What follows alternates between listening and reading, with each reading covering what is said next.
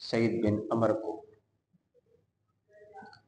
جب یزید خلیفہ بنا تو اس وقت جن اکابر صحابہ نے انکار کیا بیعت کرنے سے اور پھر ان کے پیچھے ان کے ماننے والوں نے کیا، ان میں نمایاں نام 3 تھے، اور اس وقت یہی لوگ جو وہ نمایاں تھے، ایک حضرت امام علی مقام امام حسین علیہ السلام، دوسرا حضرت عبداللہ بن عباس رضی اللہ تعالیٰ عنہ، اور تیسرے حضرت عبداللہ بن زبیر۔ یہ تینوں نامور لوگ تھے۔ اب جب یزید کی بیعت سے ان تینوں نے انکار کر دیا تو حضرت عبداللہ بن زبیر جو تھے وہ مکہ میں تشریف لے آئے۔ پھر اسی دوران واقعہ کربلا بپا ہوا۔ اس کے بعد پھر مکہ والوں نے واقعہ کربلا کے بعد یزید کی بیعت توڑ دی،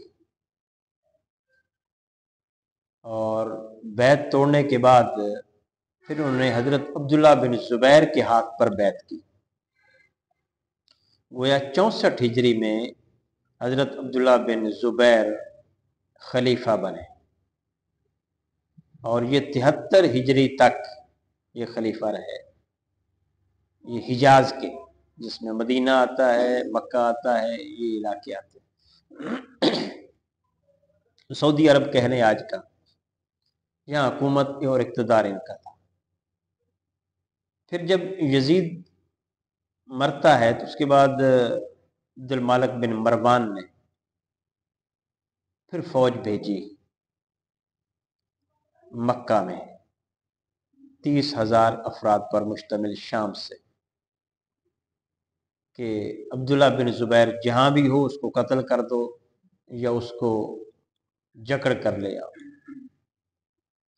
تو ظاہر ہے یہ قتل و غارت کرنے کے لیے مکہ جا رہی تھی، لڑائی کرنے کے لیے جا رہی تھی۔ اس حال میں سعید بن عمر بن سعید جو گورنر تھے اس علاقے کے، ان کی طرف سے حجاز کے، ان کو حضرت ابو شریح رضی اللہ تعالی عنہ نے یہ حدیث سنائی۔ اب وہ حدیث یہ ہے، کہتے ہیں کہ اے امیر، میں آپ سے ایک حدیث بیان کرتا ہوں جس کو کل نبی مکرم نے فتح مکہ کے دن کھڑے ہو کر فرمایا تھا۔ اس حدیث کو میرے دونوں کانوں نے سنا، میرے دل نے اس کو یاد رکھا، اور جس وقت آپ نے وہ حدیث فرمائی میری دونوں آنکھوں نے آپ کو دیکھا۔ آپ نے اللہ تعالیٰ کی حمد و ثنا کی اور پھر فرمایا بے شک مکہ کو اللہ نے حرام قرار دیا ہے۔ یہ حرم ہے۔ حرم وہ ہوتا ہے جس میں قتل و غارت، خون خرابہ، لڑائی جھگڑے کی اجازت نہ ہو۔ کہتے ہیں کہ میں نے سنا اور میں نے ان کو بتایا کہ آپ لشکر کشی کرنے جا رہے ہیں، میں نے یہ حضور سے سنا ہے۔ تو مکہ کو اللہ نے حرم قرار دیا ہے، اس کو لوگوں نے حرم قرار نہیں دیا، اس کو لوگوں نے حرم قرار نہیں دیا۔ سو جو شخص بھی اللہ پر اور یوم آخرت پر ایمان لایا ہو اس کے لیے مکہ میں خون بہانا جائز نہیں ہے، یہ حضور نے فرمایا۔ اور نہ مکہ کے درخت کاٹنا جائز ہے۔ اور پس اگر کوئی شخص مکہ میں رسول اللہ صلی اللہ علیہ وسلم کے قتال کرنے سے قتال کی رخصت پر استدلال کرے تو اس سے کہو بے شک اللہ نے اپنے رسول کو اجازت دی تھی، تمہیں اجازت نہیں دی۔ یعنی رسول اللہ صلی اللہ علیہ وآلہ وسلم کے قتل کرنے پر استدلال کرنے کا معنی کیا ہے؟ حضور جب مکہ میں داخل ہوئے تھے تو تب اللہ نے آپ کو اجازت دی تھی، اور حضور نے فرمایا کہ مجھے، آقا فرماتے ہیں کہ مجھے اس میں صرف دن کی ایک گھڑی کے لیے اجازت دی گئی تھی،